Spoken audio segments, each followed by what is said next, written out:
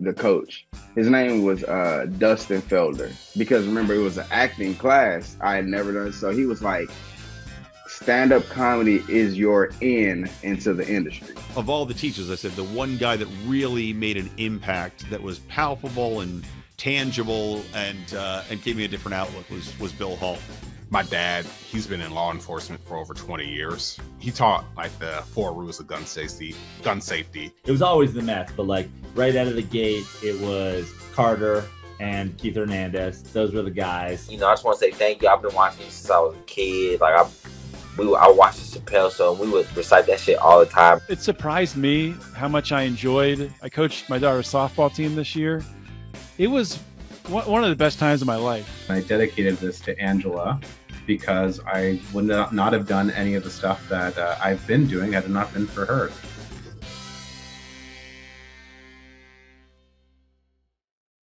What's up? Welcome to episode number 150 of the People We Love podcast. I am Adam Choit.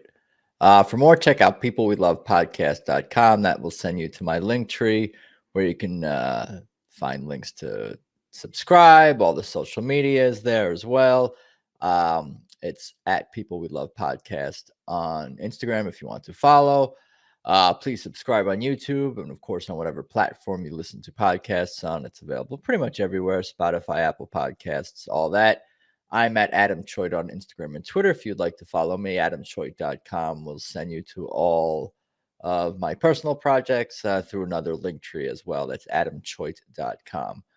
But for today's episode of this podcast, originally from Boyle Heights, California, we have actor, director, and apparently now author as well, Emmy Award-winning Judy Chaikin, director of the great documentaries The Legacy of the Hollywood Blacklist and The Girls in the Band. Judy tells me all about life in the arts and entertainment and all about family. And her husband, Jules Chaikin, a great trumpeter and band leader himself. It was good to catch up with Judy. Great to catch up. And we dive into a lot of topics here. So let's just get started. Here's Judy Chaikin. Okay, so it's good to see you today, Judy Chaikin. Thank you for joining me. I appreciate it. Thank you, Adam. I'm delighted to be here. Oh, for sure. How are you holding up during whatever year this is? Well, I've had my trials and tribulations with the rain, but, you know, it's just water. That's true. That's what's the latest is going on in Los Angeles. We have some rain recording this on Valentine's Day. Happy Valentine's Day, by the way. Of course. It's been a minute since we've corresponded, so it's definitely good to catch up with you. You've been good. Did anything happen the last year, 2, 3 years in your life in this country and world? Anything that we need to a few things. We're still here. We're still smiling. I think that's a big thing. Yeah, considering. Yeah, for sure. We could just dive right into it because I know we're going to have a lot to cover and whatnot. So why don't you tell me a little bit about your background and where you grew up? And I kind of even asked for earliest memories and tell me about family life. And we'll dive back into elementary school, kindergarten. You know, we'll start early and I'll try to keep the train moving along somewhat. Okay, well, here it goes. I was born in Los Angeles, in Boyle Heights. And I went to school all through high school in Boyle Heights. And it's where I met my husband, who lived about 3 blocks from me. We met when we were 7 years old. My husband, Jules Chaikin, became a very well-known trumpet player and a studio musician, and then a contractor who did the Grammys for 22 years. So that's kind of my marital thread. On the other side, I came from a family. Well, you know, everybody in Boyle Heights was poor, so we all had a common denominator there. It was a very mixed racially kind of a community. And so we grew up with a lot of influences. It was very unlike Hollywood, which when I finally moved to Hollywood, I couldn't believe there were so many white people in the world. It was a very strange adjustment for me. But in the East LA community that I grew up in, it was a very rich culture. And so we had lots of music. My mother was a writer, a poet, quite a good one, and very published. and won lots of awards and was the California Poet of the Year one year. And my father was a photographer, but he couldn't make a living at it. So he had to work a variety of jobs, which he hated all of. But they had 4 kids, and so somebody had to put some food on the table. And my mother believed in music lessons and dancing lessons for her daughters and music lessons for her sons. So we were a family of musicians and dancers and writers, and our home became kind of a hub for the neighborhood because we had a band that used to rehearse at our house. I was the singer for the band. I was a terrible singer, but I was the singer for the band because it was my family's band. Um, so that was the kind of the background I came from, a very rich and enjoyable background. What were your parents' names? Vic and Sadie. Vic and Sadie. Victor and Sadie Hurwitz were my parents. That's interesting how, I mean, it still goes on in cities all across America, especially in Los Angeles, just from going from one part of the city to another part of the city, just miles apart. It's just night and day in terms of like whatever the culture is, the demographics. It's just, Oh yeah, because like people think of Hollywood, they just think of like, oh, like Hollywood in quotes. That could be all of Southern California for people who are not from California. But you're like, no, it's a different neighborhood and it's a totally different demographic there and a different world to you. You know, first time that you kind of hung out there or whatever. Yeah, it was a different world. The culture of Boyle Heights to the culture of Hollywood was like going from Zimbabwe to Paris. That was the kind of difference of lifestyle that you would have. And when you would go into Hollywood, you'd always feel like a foreigner. At least those of us from East Los Angeles. Where did you fit in with I mean, in more ways than one, but on the chronology with your siblings, like the oldest to youngest, where were you I was there? the second. I had an older brother and then a younger brother and a younger sister. So I was the second one in the family. What's the like the stereotypical side? Because there's always like these, this is more for like when there's like 3 children in a family. It's like, oh, the middle is this kind of person, the oldest is this kind of person, the youngest is, but with 4, what is the kind of like dynamic, and what was the kind of the dynamic with all of you? Well, it was an interesting family because my brother and I were born to my parents when they were in their early 20s. And then they didn't have any more children until they were in their mid 30s. So there's a 10-year difference between me and my siblings. So my brother and I were like one family, and then my brother and sister were like a second family. And I almost raised my sister because she was a baby and I was already in high school. And my mother had to go to work. So it became a thing of where, I became the second mother to my younger siblings. So we had very different experiences. I think the age your parents are when you're born to them is a great factor in how you relate in life. My brother and I were born to very young people, and they were not very skilled at being parents. But they had youth on their side. By the time my younger sister and brother came along, they were older and wiser, but they didn't have as much patience. They were struggling more. The struggle of life had gotten to them. So those 2 children got parents who were really struggling in life.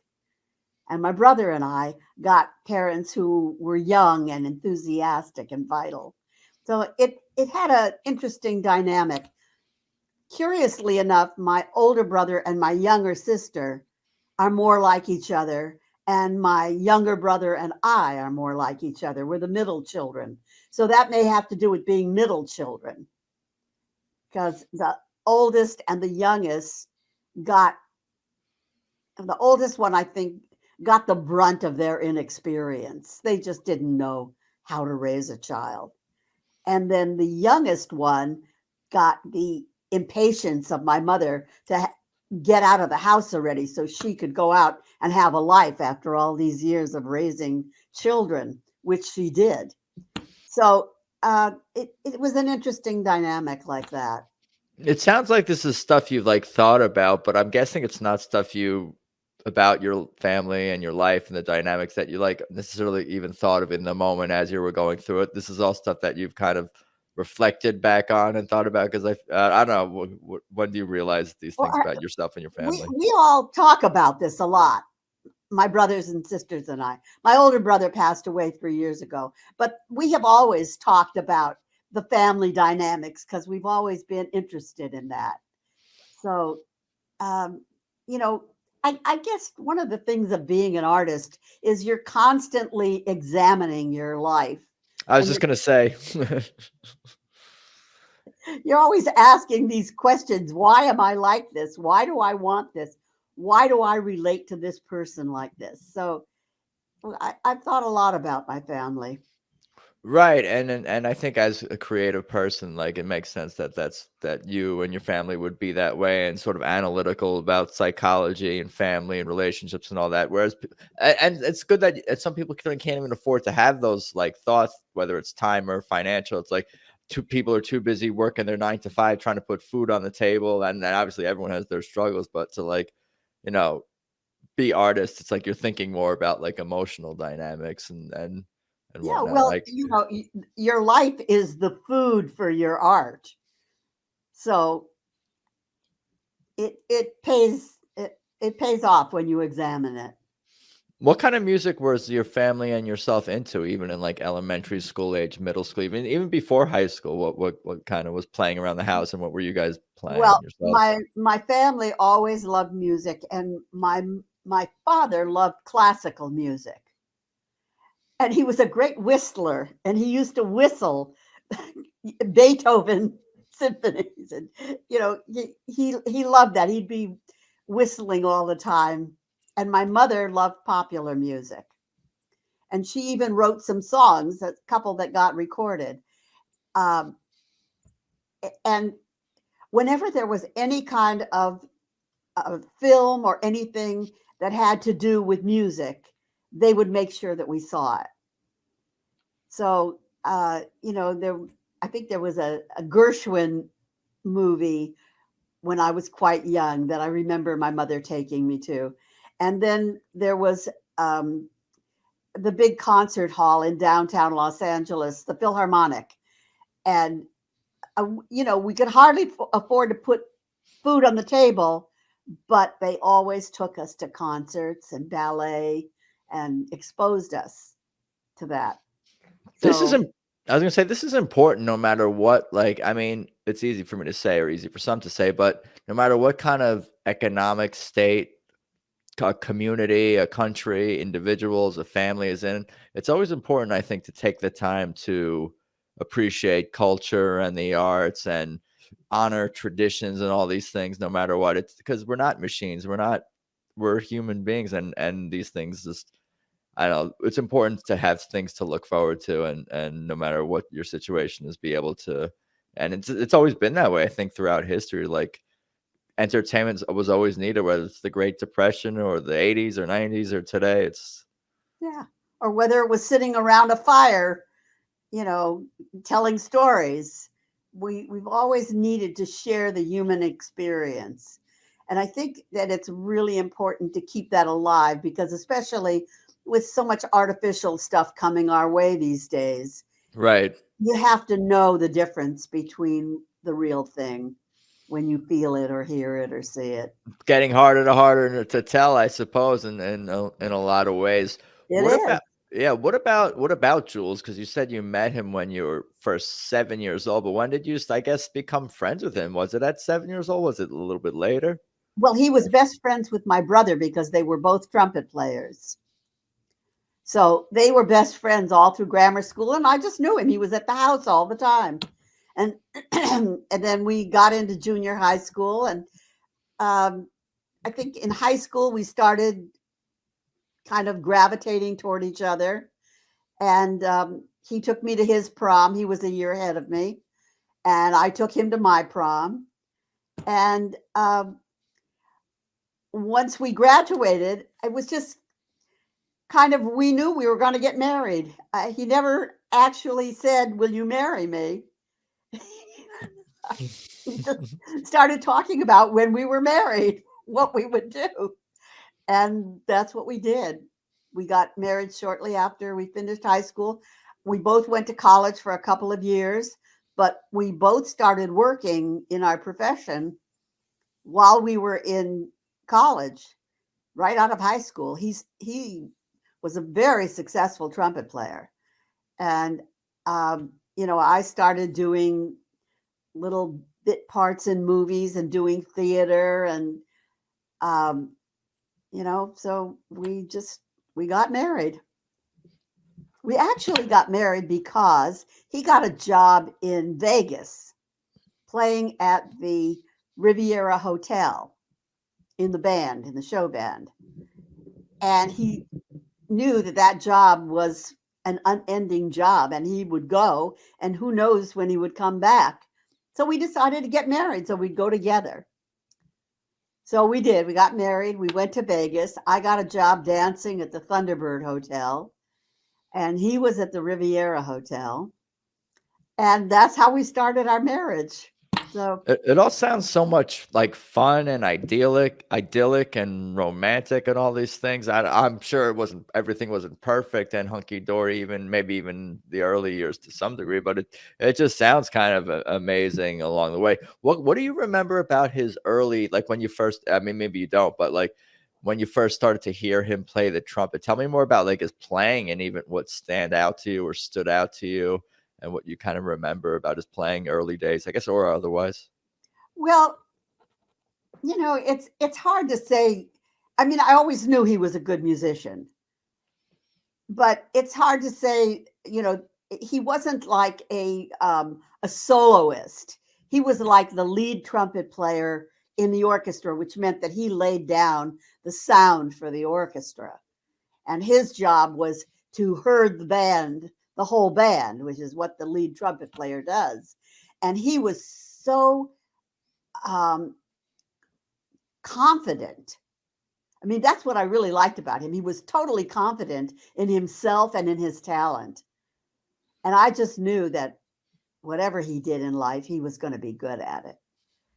And of course, he was one year the what do they call him? The drum major of the ROTC band. And before all the football games, he would be out there on the field with his staff leading the band. Well, it was all very glamorous and, What college was this? No, this was in high school. Oh, this was in high school. That was in high school. And then in college, neither of us could afford to go to a good college. So we both went to City College, LA City College. And he was in the music department. I was in the drama department. Well, those happened to have been two of the best departments in the city. The music department at LA City College was phenomenal. And they won a major countrywide band contest and got contracted by, was it Capitol Records, to do an album. And they all joined the union as a result of it. And that was out of LA City College. It was a great music department. And the drama department at LA City College was also fantastic. So both of us got some really good training in the year and a half, 2 years that we went to LA City College. And after that, we just went to work. So that was our young life. And yes, it was fun. It was a lot of fun. But in Vegas, the fun only lasted for about 6 months before we began to feel how vapid and shallow the lifestyle was. Vegas had nothing in those days. They didn't even have a movie theater. So there was no art, there was no culture, there was nothing. So, we decided it was time to leave and we came back to Hollywood. What did your family think? I mean, I feel like because you were surrounded by arts and having sort of an interesting upbringing in this world of the arts and creativity. So I feel like your families were probably pretty supportive of what sounds like a little bit wild moving to Vegas. Totally supported. Not only supported, it was demanded of us that we become artists because, Really? in those days, there was only two ways to rise out of the ghetto. You were either a criminal or you were an artist. So we all became artists. I mean, to rise up in a really big way. Many people rose up and they went into the business world and became decent citizens. But to really make it big, and my mother had really big ambitions for all of us. So that's what she instilled us with. I guess I'm almost like curious. How did your mom or your dad even articulate some of these aspirations for you? Or like, did they really say you are going to be an artist? Obviously you're into dancing and creative things, but did they like say it in so many words, or was it just kind of understood? Our favorite saying in the household is when my brother didn't practice his trumpet, my mother would say, "Practice or I'll kill you." Wow. But everyone loved, it sounds like everyone loved practicing for the most part and playing and performing and the art. It wasn't a chore for the most part. No, everybody did love their instrument, but we're kids, we want to be crazy and wild and do other things. And the demands were pretty strong I'd say on the boys more than the girls, because in those days, girls were not expected to do anything great. The boys were the ones who were, constantly pushed. But my mother was always encouraging of me of anything I wanted to do. So theatrically, dramatically, dance wise. So it was a very unique household. I guess continue on the journey when you guys got back to LA after Vegas, and I'll jump in here and there. Well, that's when I got into Hollywood and realized Hollywood was not the beautiful fantasy that everybody hopes it will be. Hollywood was pretty brutal. So I've heard. Yeah, right. So that was a different story. And as an actress, and I was married, I was young, I was married, and as an actress, the smarminess of Hollywood was so offensive to me that it made it hard for me to hold on to those idealistic dreams and feelings that I had grown up. So it was rough. The Hollywood life was very rough. My husband, on the other hand, got in with the studios as a studio musician, and he had an absolutely fantastic career. I feel like I think some of that smarminess, a lot of it still exists and probably manifests itself in different ways, I'm certain of today. But just thinking of yourself as like an actor pursuing, what I'm guessing is acting roles or in that time period in your life, and your husband being a studio musician, it sounds like he had a lot more like in his control. Like I talked to a lot of comedians and a fair amount of actors who are it's such a crapshoot to some degree. You're relying on other people for auditions to choose you, Constantly. select you, and like it's just the deck is sort of stacked against you, and that makes it tough, I'm sure. It was very tough, and I wanted to have children, and I did have 2 children. And the minute you turn 30 in this town in those days, and still today, the minute you turned 30, your career was over until you became a character actress. So I had to find a lot of other things to fulfill my artistic needs because I still had all this desire to be creative.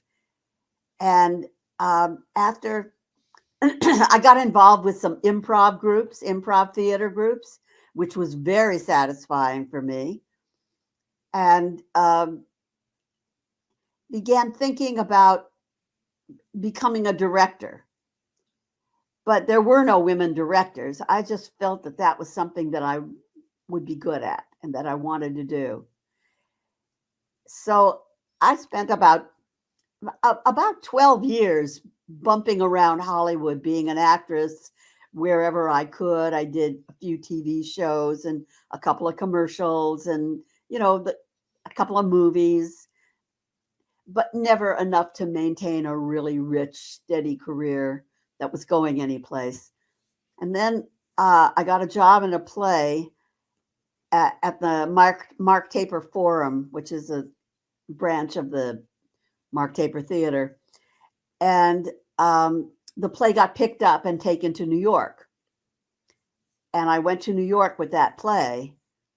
And while I was there, I had a kind of an epiphany. I said, gee, this is what I always wanted to do, go to New York and be in a play. And now I'm doing it, and I'm not enjoying it that much. Maybe I don't want to be an actor anymore. Maybe I really want to be a director. And on the plane home, the director of the play asked me, well, what are you going to do when you get home, Judy? And I said, I'm going to be a director. And that was the end of my acting career.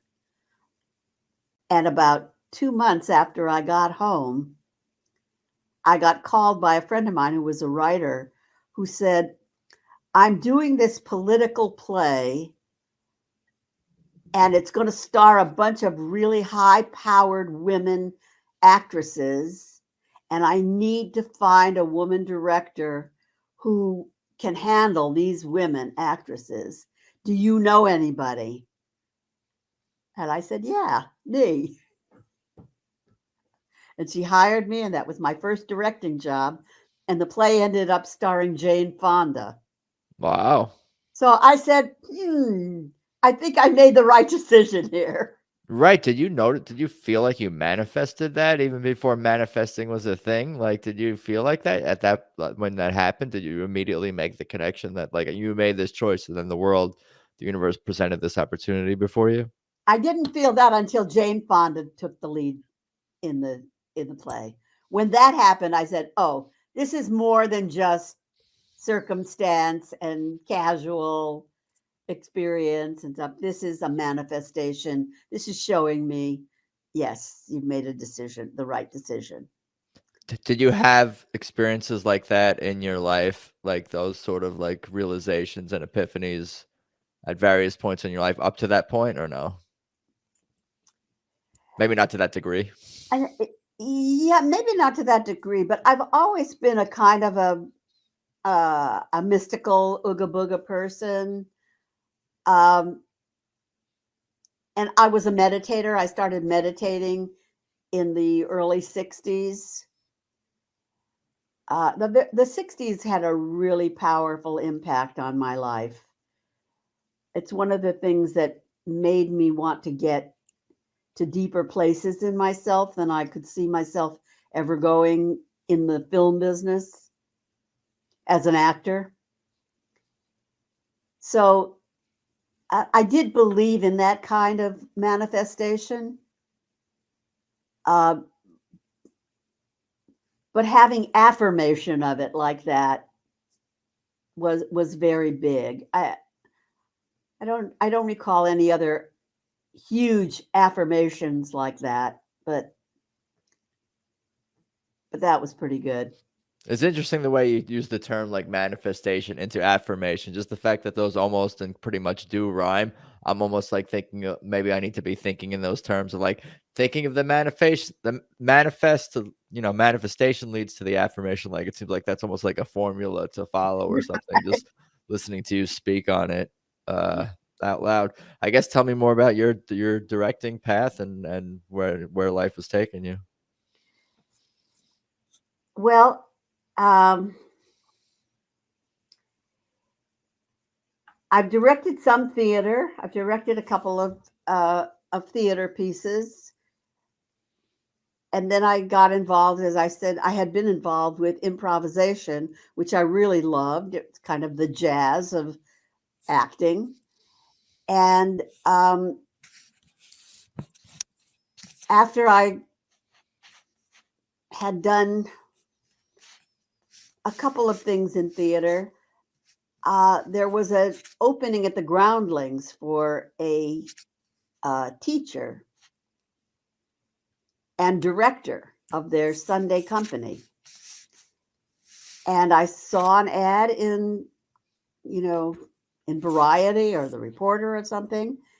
And I went in and auditioned for them. And the audition consisted of me directing an improv with Pee Wee Herman,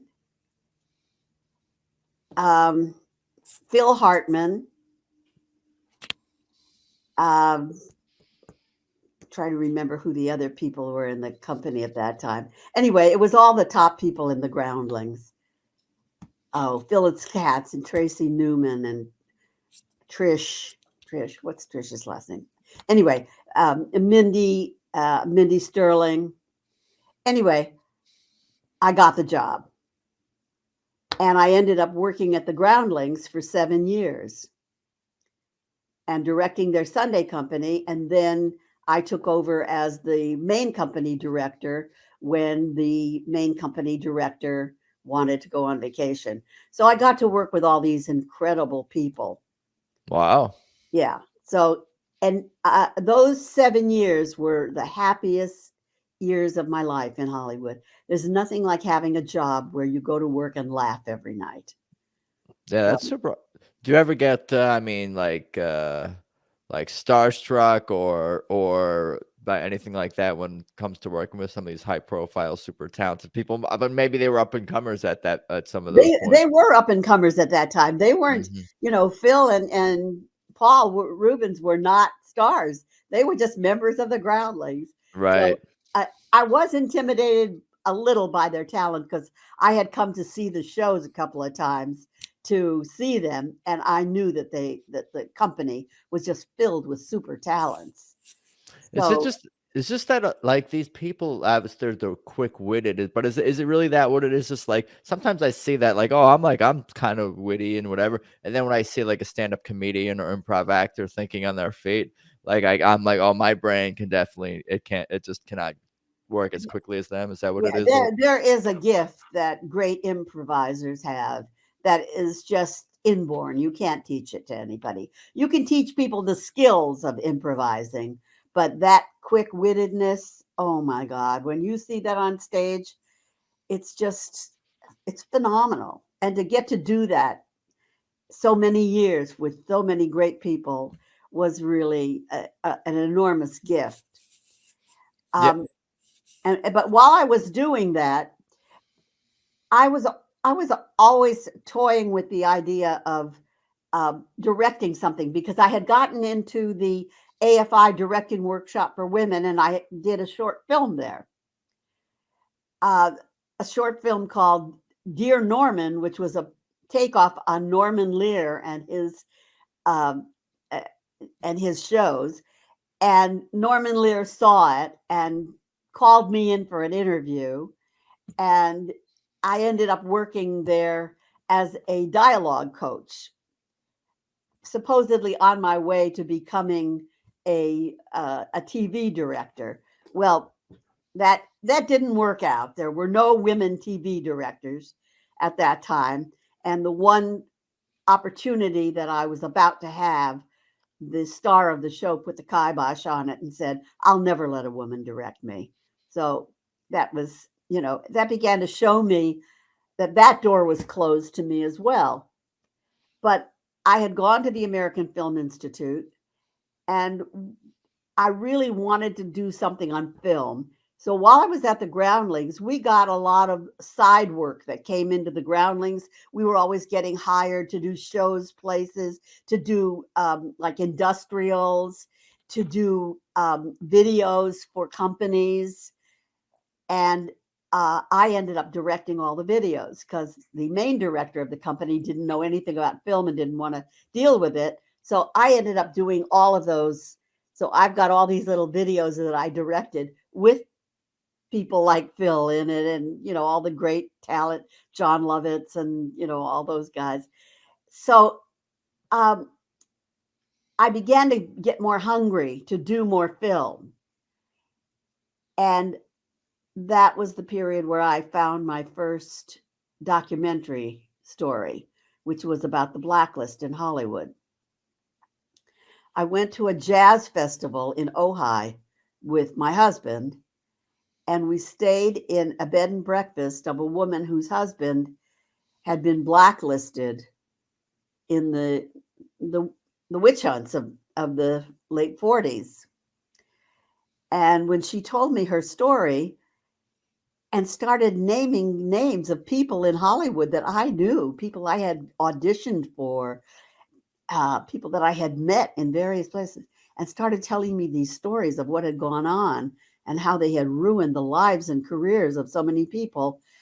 Well, that's when I decided I wanted to do something about the Blacklist. And I submitted an application to AFI for funding.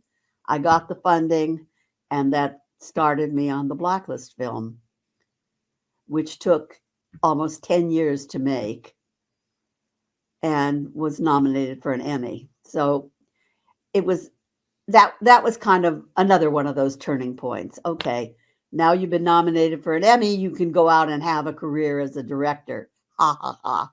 That was a super great film. I remember watching it. I mean, in a nutshell, it's basically you can jump in, of course, but it's like basically about all the writers during that time period, during the McCarthyism or whatever, maybe shortly, maybe after that or whatever, who were accused of being communist or communist sympathizers, or I mean, whether true or not, like it was like a witch hunt, like you were describing, and totally unfair that someone's political views are coming into whether or not they can have a job or work.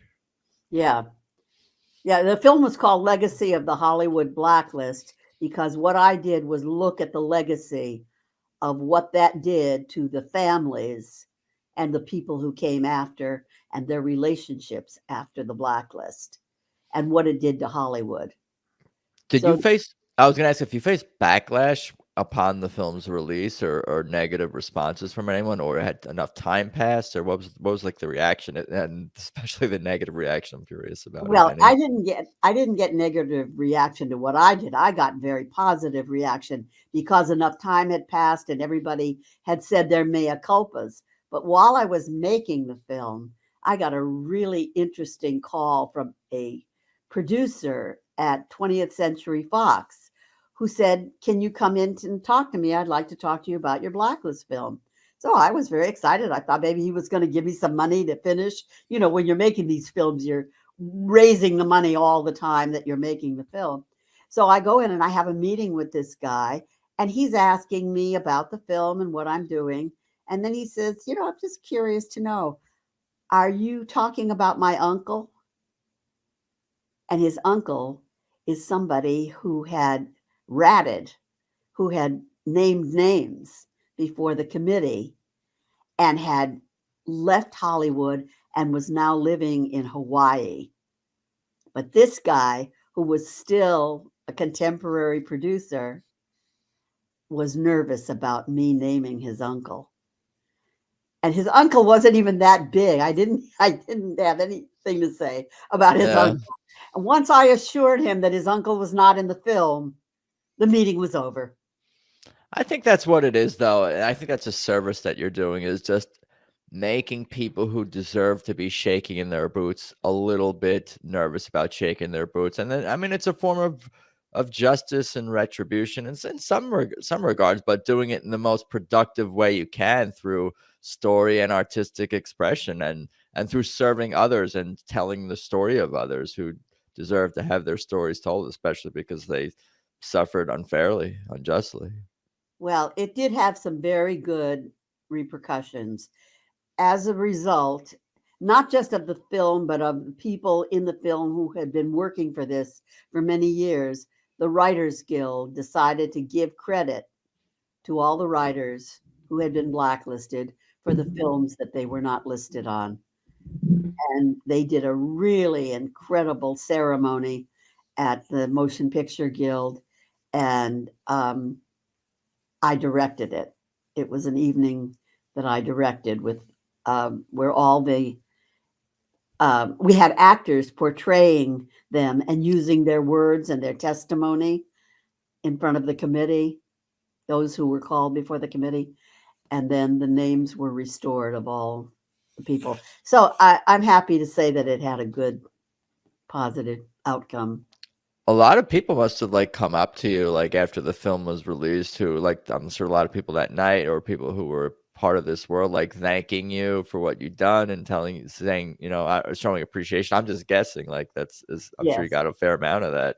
Well, the families, I mean, to this day, we just had a screening at the Hollywood Heritage Museum.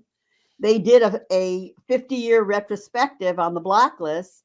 They screened my film, and the children and grandchildren of these blacklisted writers were all there. It was a phenomenal night.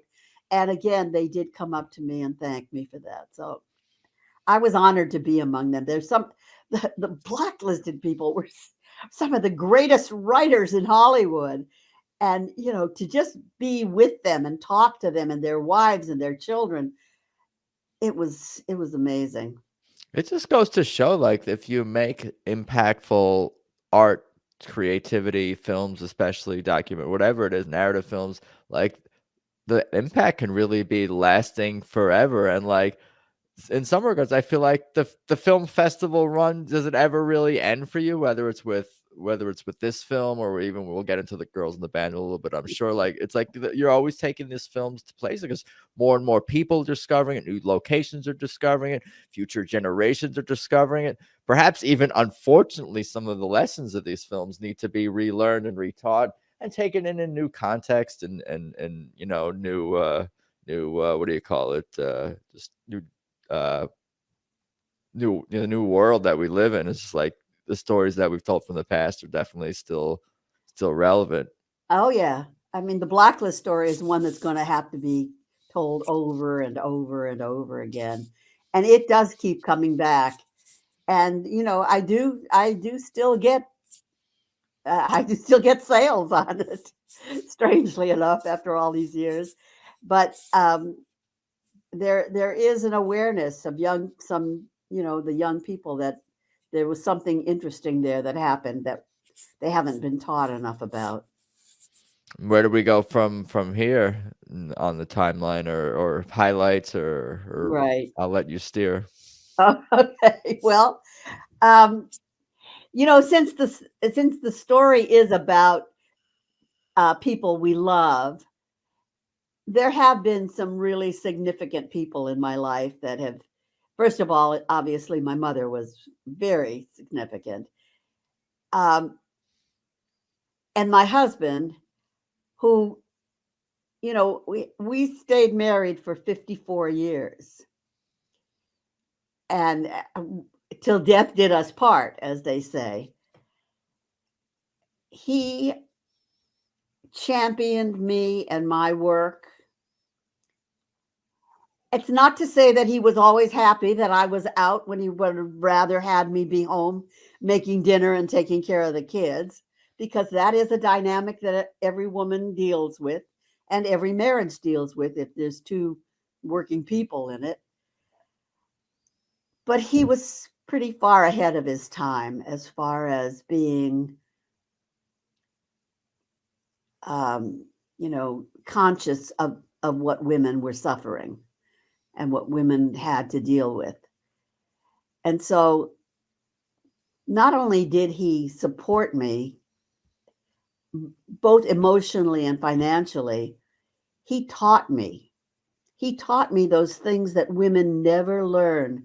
Like I had to run a business. I had to end up having my own film company and running a business and hiring people and having, you know, to deal with unemployment insurance and taxes and all of this stuff. He taught me all of that. So when you have somebody like that in your life, boy, it's a gift. I have felt that I had lived a very blessed life, almost as if my life had been planned out for me by some higher power. Wow. And I'm very grateful for it. Very cool. I appreciate you sharing all that. It's always cool for me to hear stories and anecdotes and learn more about Jules, and I'm sure people listening appreciate that as well. What maybe are some things that he learn from you? He learned patience from me. He was the most impatient person in the world. He wanted everything done now. He didn't like to wait for you. If we were going to go somewhere, he was out the door at exactly the right moment. If you were late coming out the door, you'd get chewed out for it. He was a part of his job in the studios was to keep the record session going on time. And, you know, time is money in the film and record business. And so that was his job. And he was brilliant at it. It's a hard job. It's a hard job. But when you bring those things home, they don't work as well. I see. So that was something that he learned. And when he watched me make films that took, 8 and 10 years to finish, he once said to me, I can't tell you how much I admire your ability to stick to it. I never would have been able to do that. You answered my next question, because I was going to ask, where does I guess you didn't make this announcement, but I was like, where does your patience come from? But you did give me an example of your patience on display and how he can learn from it. But where does the patience come from? Or are you just more patient than him and not that patient? Well, this is going to sound a little weird, but this is part of my ooga booga. When I was a little child, I had an image of myself as a very old woman. And that image was to me like a sign that I was going to live a very long time. And because of that, I didn't ever feel that desperation to accomplish. I felt more in the moment. And when I started meditating, that really put me in the moment. That really had a profound effect. And like I said, the 60s, the good part of the 60s was very important to me.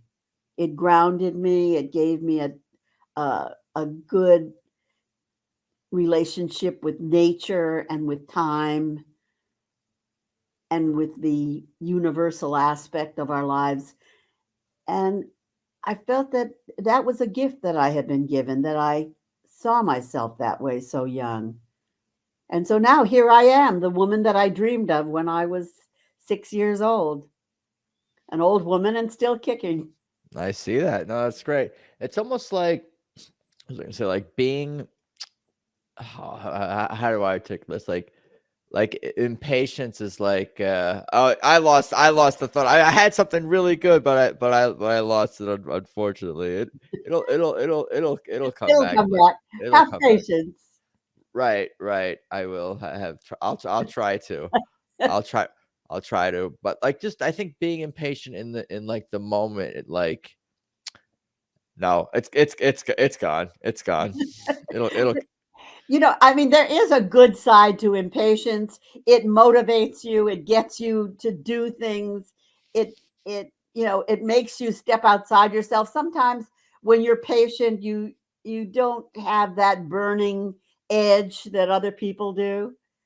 Oh, but the way you describe patience, it's almost as if you can see the big picture. Like people who are patient, I think, can see in a lot of ways, can see the big picture. They don't lose sight of what's important, their values, their goals in the long term. Because whatever's happening in the moment, it's probably not going to super affect. It's most likely not going to affect the long term thing. So it's like, why even dwell in the feeling of impatience? Like it's like you're losing sight of the big picture, which is something that you literally never lost sight of, is the big picture, the grand picture of where your life was kind of going, it sounds like. Right. That's kind of it. Right. Where do we go from here?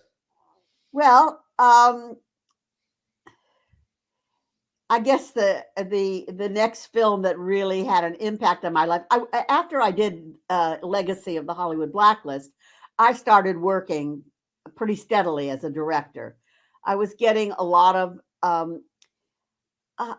jobs that were kind of not mainstream, but were sort of side stream jobs. Like I did a lot of things for television, but it would be for like either a reality series or it would be some kind of a special that would happen one time. I did a couple of pilots that I did a pilot for Nickelodeon that got picked up. It was a lot of different things were happening, but I wasn't cracking the heart of the business. There still were very few women directing. So it was a really hard road to hoe. I had one agent for a while handled me. They never sold me for anything. I had to get out there and beat the bushes for myself. So the way that I had found my most enjoyable happiness was in doing my own projects. So after Legacy of the Hollywood Blacklist, I did all these other projects for other people. And then in about 2008, a friend of mine came to me and told me that she had met a woman who was in her 90s who said that she had been a big band drummer during the 40s. And I said, well, that's impossible. There were no women in the big bands in the 40s. I remember all the big bands. I grew up with them. And she said, well, let's look her up.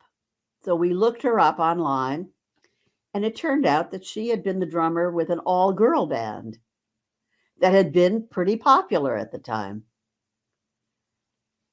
And I thought, wow, that's an interesting story. Let me look into that a little further. Were there more all-girl bands? And of course, what I uncovered was this entire history of women in bands and women jazz musicians that were completely left out of the history books. History is written by people who have a particular interest, and anything that doesn't get put into history books just didn't happen as far as the rest of the world is concerned. So here were all these women who had had really viable careers, who were really talented and were really good musicians, who had never gotten mentioned anywhere. And that's when I decided to do the Girls in the Band. So that was another major challenge, because you need money to do those kind of things. And I went to a friend of mine, somebody that I knew through Jules, Mike Green. He ran the Grammys. And I told him what I wanted to do. And he said, I'll help you. And he gave me a large sum of money to get started. And then I had to get the rest of the money.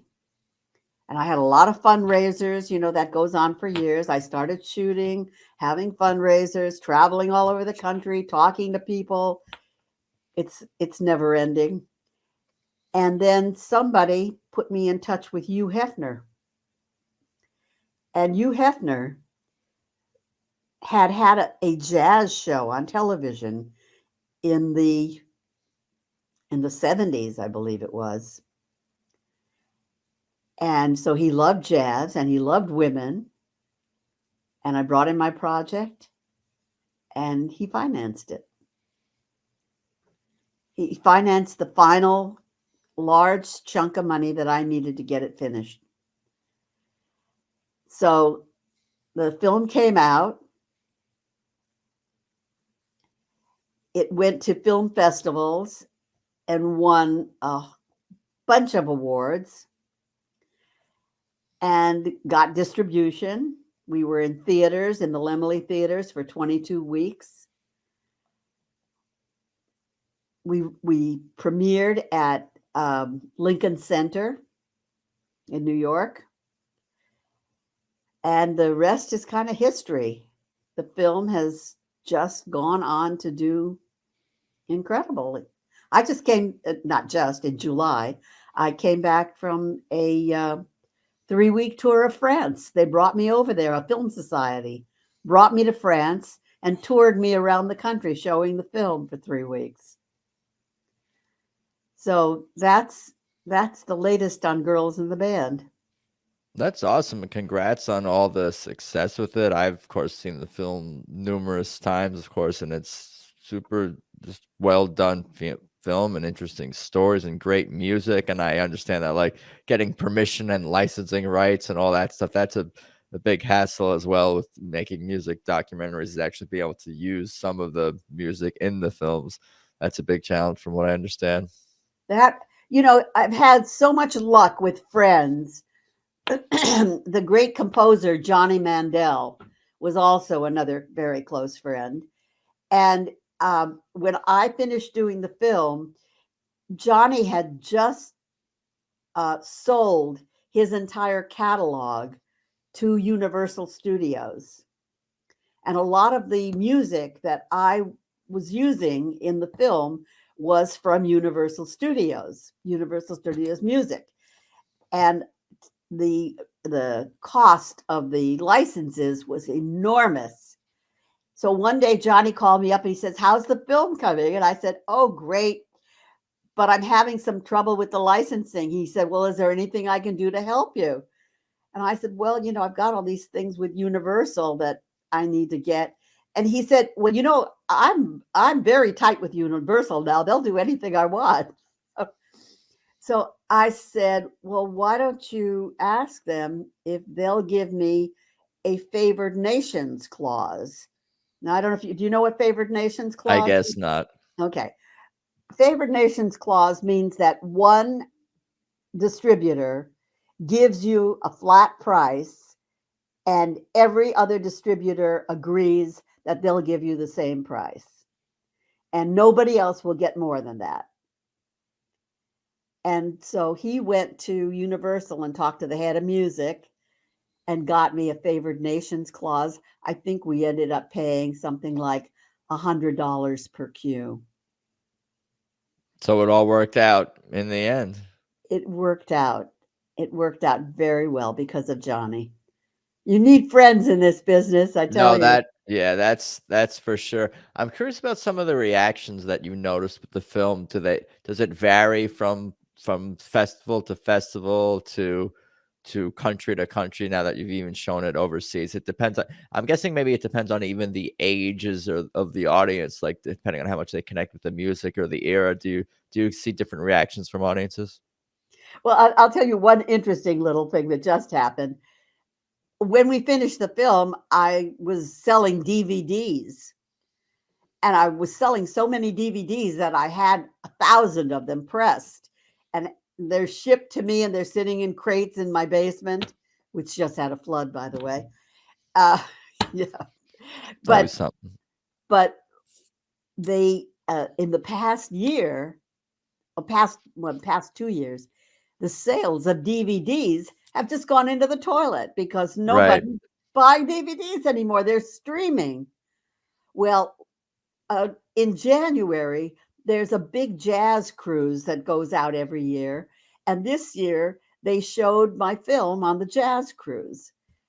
And the guy who was running the jazz cruise is a DJ from back east, Lee Mergner, was running the show, and he was going to show the film. And he said, "I bet we could sell some DVDs." And I said, "Gee, Lee, nobody's buying DVDs anymore." He said, "Well, on these cruises, they're all older people." So we sent him a bunch of DVDs, and sure as hell, he sold every one of them.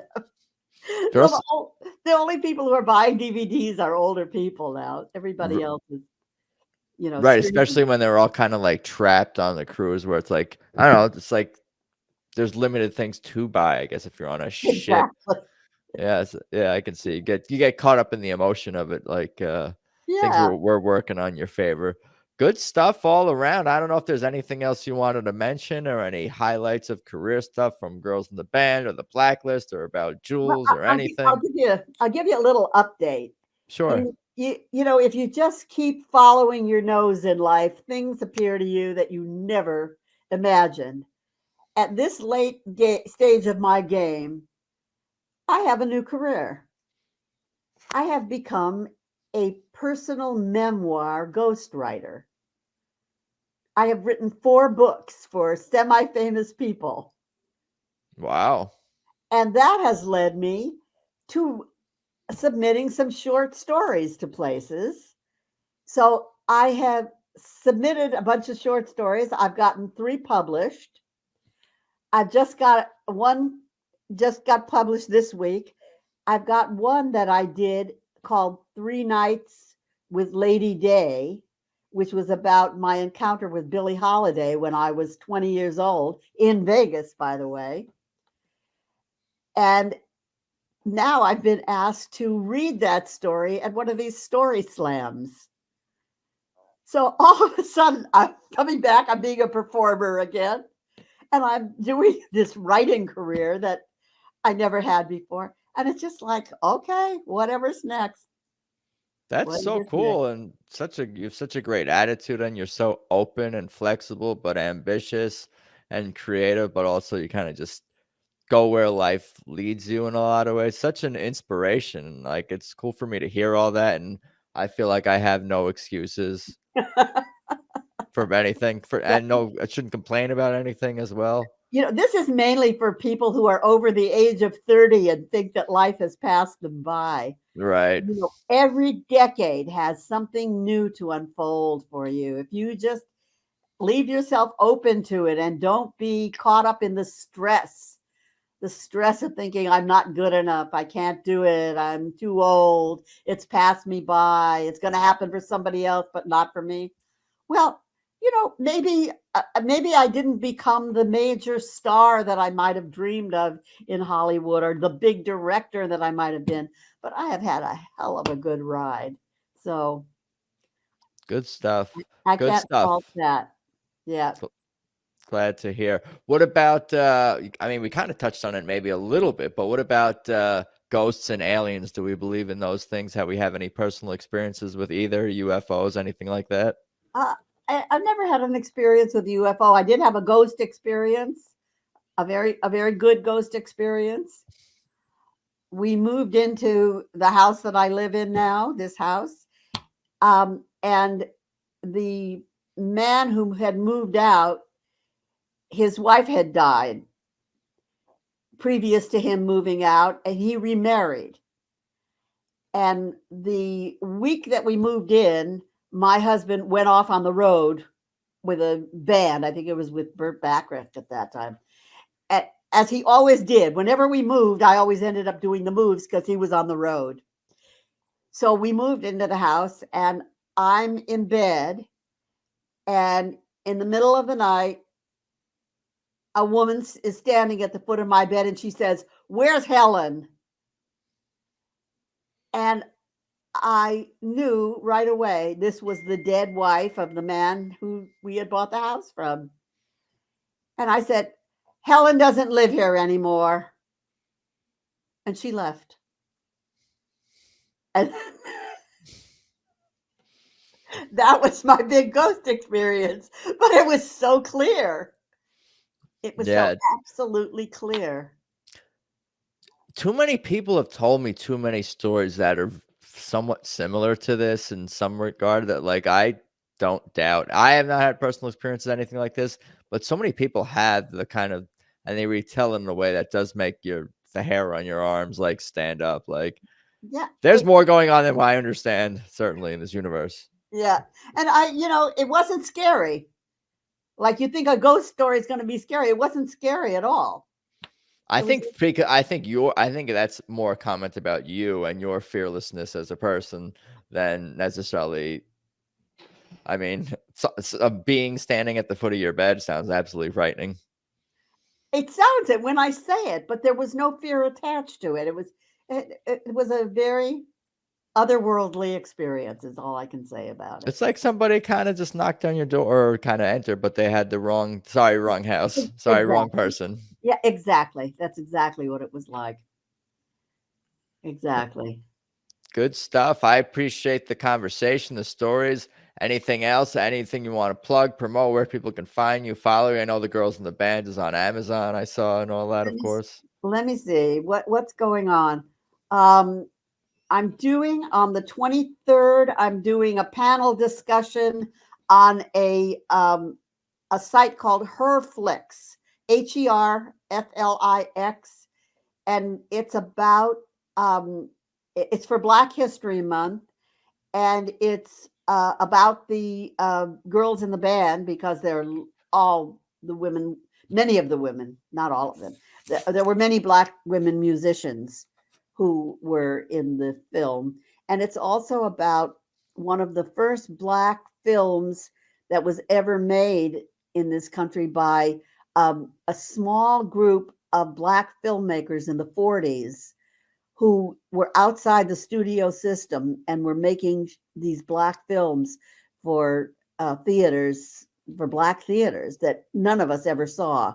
And this one is called That Man of Mine, and it stars Ruby Dee when she was 19 years old. So we're going to be talking about those two films. So that's a narrative film. The one, yeah, that's a narrative film. The other one, gotcha. Yeah, it was about a 40-minute long film, and these things were made on a shoestring. But there was a whole Black film industry that we know nothing about. Yeah, so many untold stories that still need to get told, and it's the job of artists of today, like yourself and ourselves, to tell and share these stories. Thank you again. Good stuff all around. Any place where people could find or follow you, or anything else you want to plug or promote? I don't know if you're yourself or you can find me on thegirlsintheband.com and on Facebook under Judy Chaikin, and on Instagram under, I've got a Judy Chaikin Instagram and the Girls in the Band Instagram. You're pretty easy to find. I mean, I'm out there. Chaikin. I'll be putting on an audio version of this episode as well. You know what I'll try to do? I'll also try to maybe splice in the Girls in the Band trailer, maybe even the trailer to the because I'm sure you have a trailer to the Hollywood Blacklist as well. I don't have a trailer for the Hollywood Blacklist. I hate to say that. I don't have a trailer for the Hollywood Blacklist. It's all good. Pictures. It's never too late to make one. Oh. I'm in the middle of making another documentary, by the way. Really? Yeah. Should we talk about that off air? Is that's It's a short film that I'm doing for somebody on an architectural project in Glen Ellen up in Northern California, and it's a beautiful project. Just a little personal project that I'm making for someone, but I'm loving doing it. So. Yeah, I can see that you have not lost a single amount of your passion for creativity, for life and laughter and smiling and all that. And that's good to see, inspiring and re-energizing and energizing for me. But it's getting late already, even on the West Coast here. So I'll let you enjoy the rest of your evening, and let's definitely talk soon. Okay, Adam. Thank you so much. Oh, you got it. Thanks, Judy. For talking with you. Oh, for sure. Bye-bye. Bye. So there you have it. Episode 150 with Judy Chaikin. Again, so very good to reconnect with Judy and dig into her very inspirational and motivational story. Just having this conversation with Judy, I think it helps me feel that much more grounded in my own life, if that makes any sense. Anyway, for everything about this show, of course, head to peoplewelovepodcast.com, at People We Love Podcast on Instagram. I'm at Adam Choid on Instagram and Twitter if you'd like to follow me, adamchoid.com for all my personal projects. But I think that's about all I got for today. I appreciate you guys listening. Thank you as always. And let's talk soon. Peace.